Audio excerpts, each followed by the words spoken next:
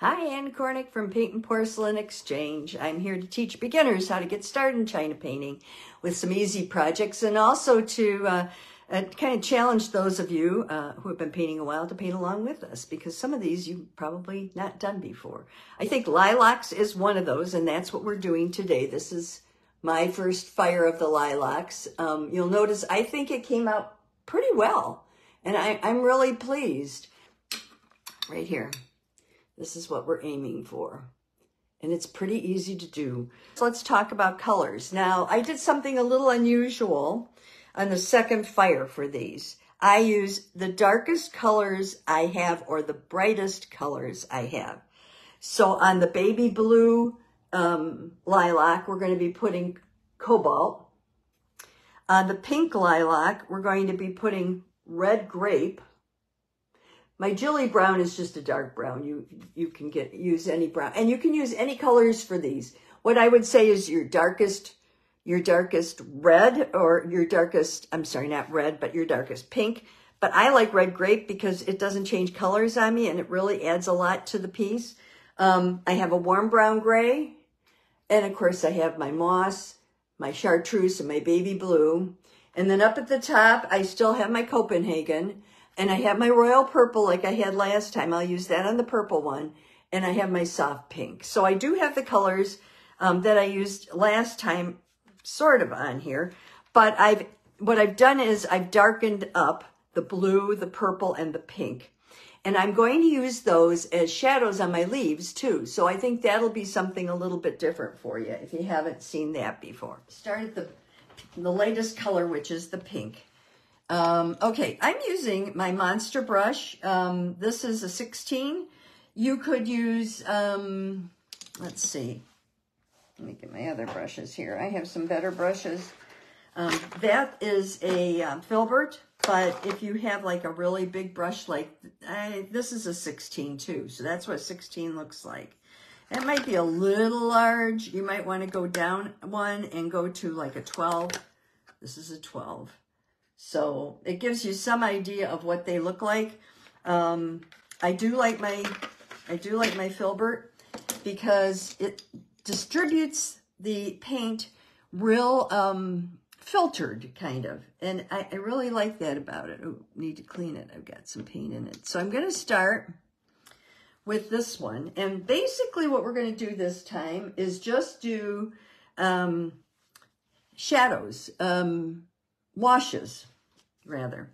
So I'm side loading, and here you go. So you can see I'm side loading from here down here at the bottom. You don't go up into the icky paint, because if you go up into that big pile, you're going to get too dark. So you just side load. You can test it on your tile to see if you see here. I'll show you here. Here's the tile, and I'm just testing it on the tile to see how it comes out.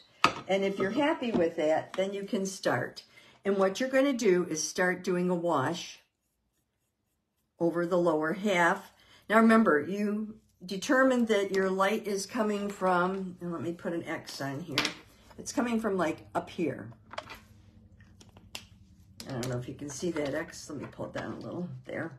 And so it's important that as you put the colors on, you're putting them on kind of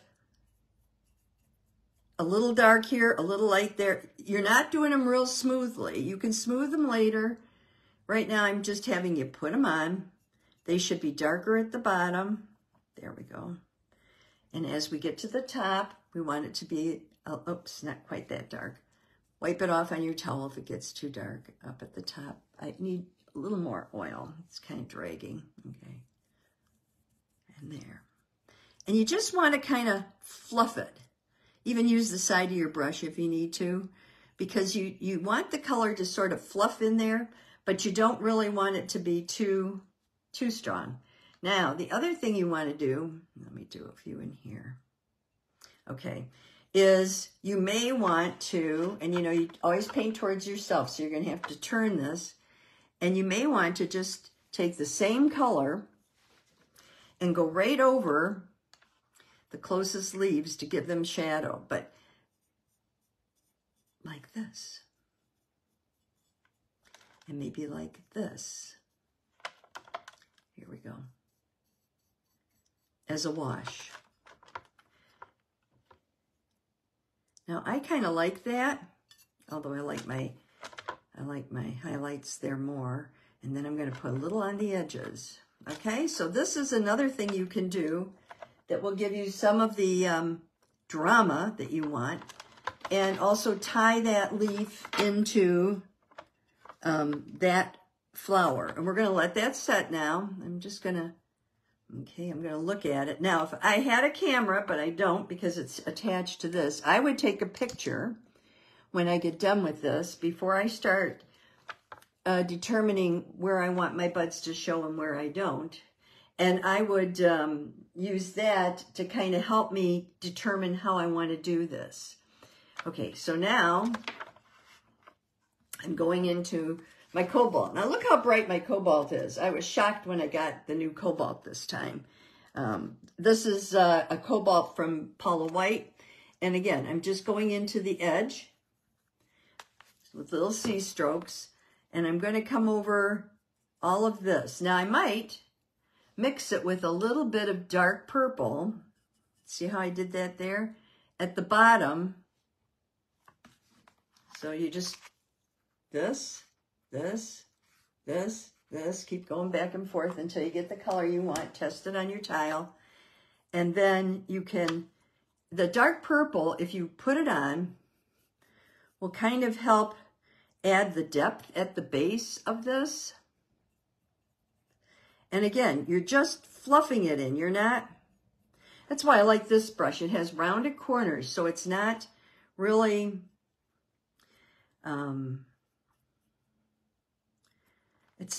doing too much damage. It's just kind of adding color here and there. Now, this is going to be the front side, so you want your light to come here.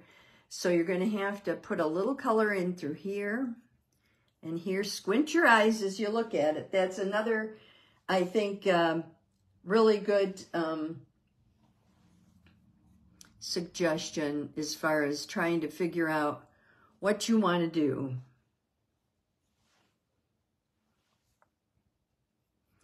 And here, I'm doing it towards the center of the stem. So I'm pretending that there's a stem here, and here, and here, and I'm sort of darkening in where the stem would be. There. Squinting at it, I like that. Okay, I'm going to leave it. Okay, so this is what I have so far. Okay. Now, as far as my leaf down here at the bottom, this one needs a lot of shading because it's definitely hidden. And because I use the blue and the purple together, I'm going to take my royal purple side load and I'm just going to start down here and bring it around. You don't have to use green to shade. You don't. You can shade with other colors. And on something like this, if you want to add a little drama, you can, simply by adding like a royal purple to get the color a little better. And if you want to put a little more over in here, you can with the pink that you already put. That's fine. And then turn it around and just do the bottom there. Now we're going to do the purple one at the top.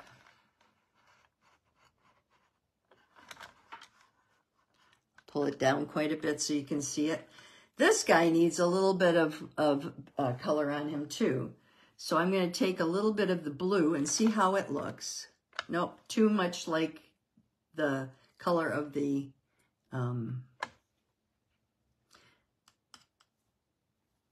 lilac next to it. So I'm taking my purple, mixing it with a little of my brown green, and just putting it there. I'm putting a little on the tip. Now, if you can't use a big brush, you don't have to. It's strictly up to you how you want to do this. So here, I'm adding this one with the filbert that I'm using is really nice for that. I think I'm going to do a little over in here too, just a little. just a little. This is purple, royal purple that I'm using. So if you wonder, you can brush right over the lilac. It's not going to hurt the lilac. Okay. Now we're going to do the big lilac up on top. And I'm going to do the same combination that I did here. In fact, this could use a little more purple in through here, I think. Let me get a little purple there. Okay. I'm going to do the reverse. I'm going to load heavy with the purple and just a little bit of a side load. So here, like this. Heavy with the purple, and then a little bit of a side load with the blue, and that will help tie some of these colors together. And this, remember, your lilac is in and out, in and out. It's not a cone. There are indentations in a lilac, if you ever have looked at one. So if you don't have the indentations, take your purple and just make some. You can make some on both sides, like this. Now I'm doing a little more, just the royal purple. Okay, and then I'm going to go in through the stem, where the stem would be, and just add a little depth there. Okay. That's a little too dark. That's a little too dark. Okay. All righty. So this is what I have so far. Squint at it. Take a picture of it, whatever you need to do so that you know where you've left off and what it's going to look like. And if you don't like it, wipe it off and start over. You don't have to keep it. Remember, this is strictly up to you. Now, I'm going to get my, where's my erase? No, I'm going to use, I decided that rather than using erasers, I would use my stumps. This is a stump. It's a cardboard piece that you can get at an art supply. It's mainly used for pastels, and it's a godsend. It comes in a number of different sizes, and the way you clean it is, you can't use an emery board. You need something where you can change it, because as you here, let me pull that off of there. This is my piece. It has all kinds of little, see how many? It came with about 10 of these little strips of sandpaper. And you sand it by going like this and reforming that point. And it gets the oil off, but it gets dark in a hurry. So don't use an emery board. You can't keep it. You have to change it, then wipe it off. And so now you're going to go in and you're just going to, you have to keep wiping them off. You're just going to pick the ones that you really like. Here we go.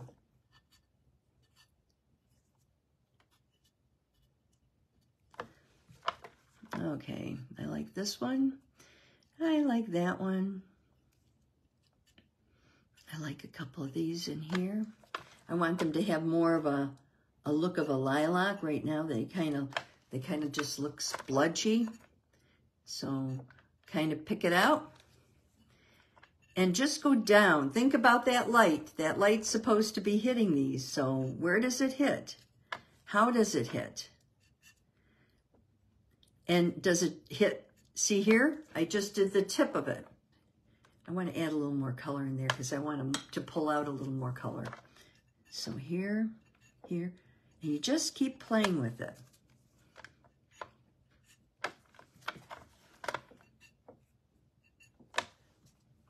And down here, you just want to do the top of these guys down here. See that? And just pick a couple. You don't have to do them all. When you get down to the bottom, you don't do them all. And if you can see here, and I'm going to pull it up a little higher, you can see that having wiped out everything last time really helps this time because they're still there, but they're not as prominent, and that's kind of what you want. If you want them to show up a little, you just do a little bit of them. You don't do the whole thing. And then up in here, you're going to do more. You're going to do the whole petal. Now, if you don't have, and see, I still think I need a little more color right there. Okay, that's better. If you don't have one of these stumps, what I would recommend you do then is try using one of these pointed Q-tips, if you have those. They are not as good as the stump, though, I have to tell you. Or just use an eraser. Okay. So I'm wiping those off. And then here, I really want these to show up. So I'm kind of pushing them out.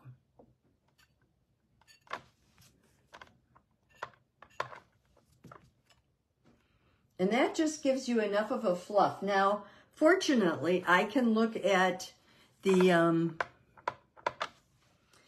the photo, you know, of the live that we're doing, and I can see how it's looking. I'm going to pull out this a little bit there. And I think that's pretty good for that guy. I don't know that I want to do a whole lot more. I might pull a few of... Now, as you play with this, you might decide, well, you want to just pull a few more, but don't pull too many or you'll lose all your shadow, okay? Now we're over on the blue. Now, see how my point got real gunky. So either I can switch to a new one or I can take a minute and just sand it. It's okay. Now here, here, here, here. I like this one.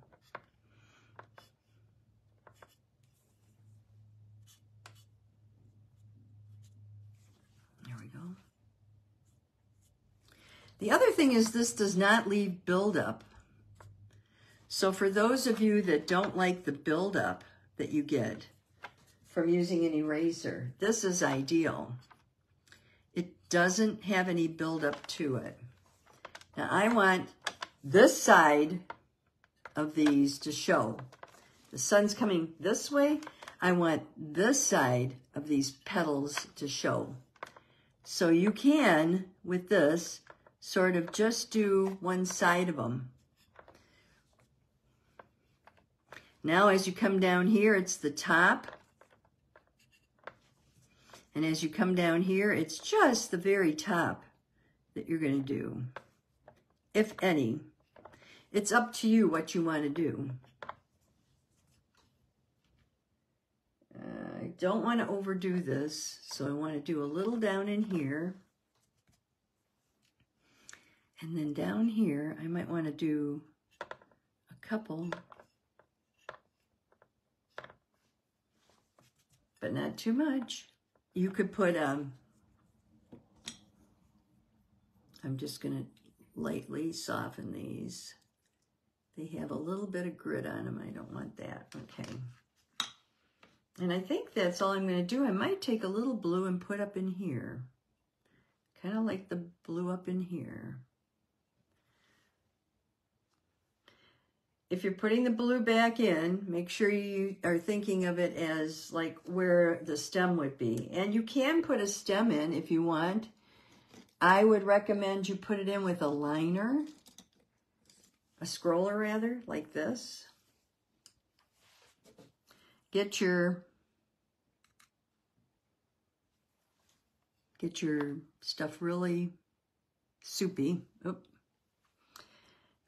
Usually those are kind of a dark green up in here, so you can come down a little.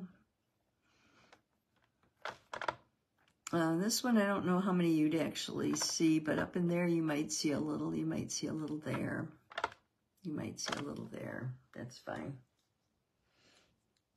Okay, and now we're going to go up to the purple one. Cleaning my stump. So here, just so you can see how I clean my stump.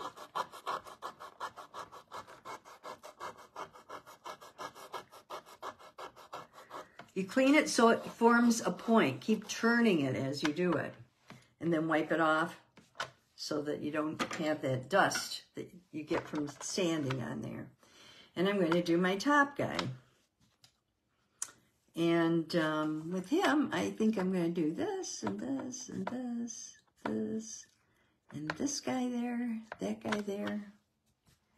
Let me pull it down a little more so you can see what I'm doing. This guy here, this guy here. Now, be very careful. You don't want to go too far down. You're going to spoil the effect. The idea is this is really behind the others. So just, you know, the sun's coming this way across. Just hit a few in here. I think that's pretty much it. In fact, I'm going to add back a little purple here. It's a little too white for me. Just add in a little purple and then just wipe out a little bit of the top there. There we go. And then I'm going to just take my brush and very lightly. Now I may want to put a little bit of a, you can almost see where you should have stems. Get it a little soupy, wipe it off on your towel though so it's not so soupy. And just bring them down a little bit. There might be a little one up in here too. Okay. See, on me, for me, this is where it would be, but I don't think I like that, so. Okay. Any questions as we're going along here? You can also use your finger.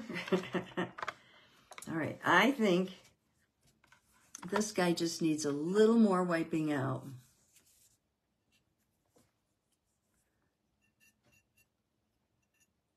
I'm looking at what I did over here and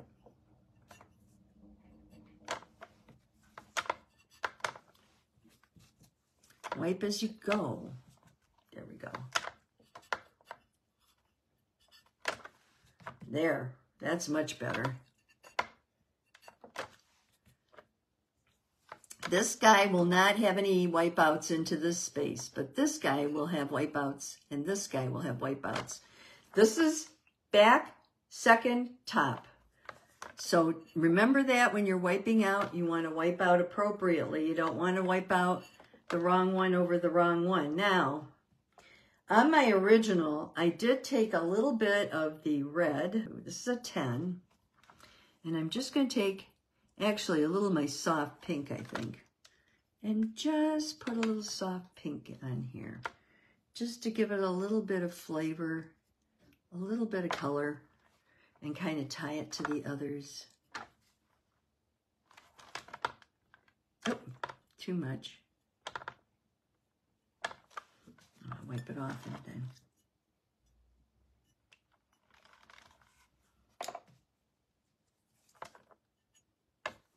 There we go. And you can do that. You can add another color if you like into the color mix. Just do it very gently. Just tap it on. If it gets too dark, take it off. There we go. We're going to do the stems now. Now, as you know, and maybe you don't, but I think lilacs are fairly universal. The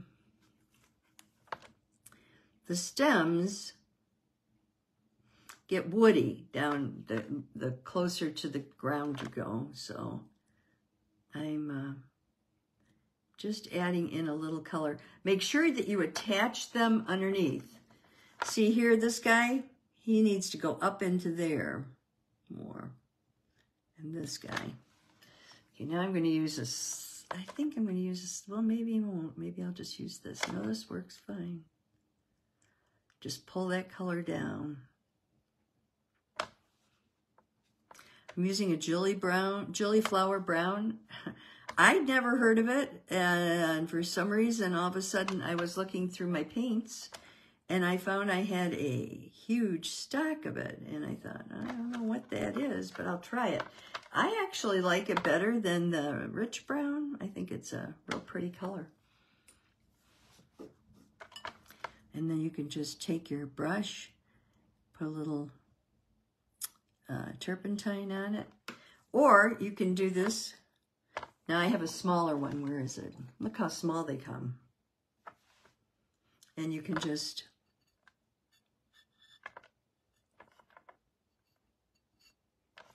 get a little color on there, a little highlight. So this is my final product. I'm pretty pleased with that. You notice the highlights on the leaves. That's from leaving them, just painting the part that's under the flower, and then coming down the side and painting the edge. And look at how beautiful they come out. You get such a nice highlight on there. And then if you can, you know, take a picture of this, and decide. Now you may want to put a little purple where this is, but because it's red grape, I'm a little leery to do it because I don't know what red grape and purple would do. I've never put the two together. Pick up those brushes, keep painting, and I will see you next time. Bye-bye. To subscribe so that other people can learn more about China painting and we can get the word out to more people. You also can look at the links below. My Paintnporcelain.com website has a lot of freebies and printables for new and experienced painters, as well as studies, supplies, and even some of my hand-painted china. So thank you again, and I'll see you next time.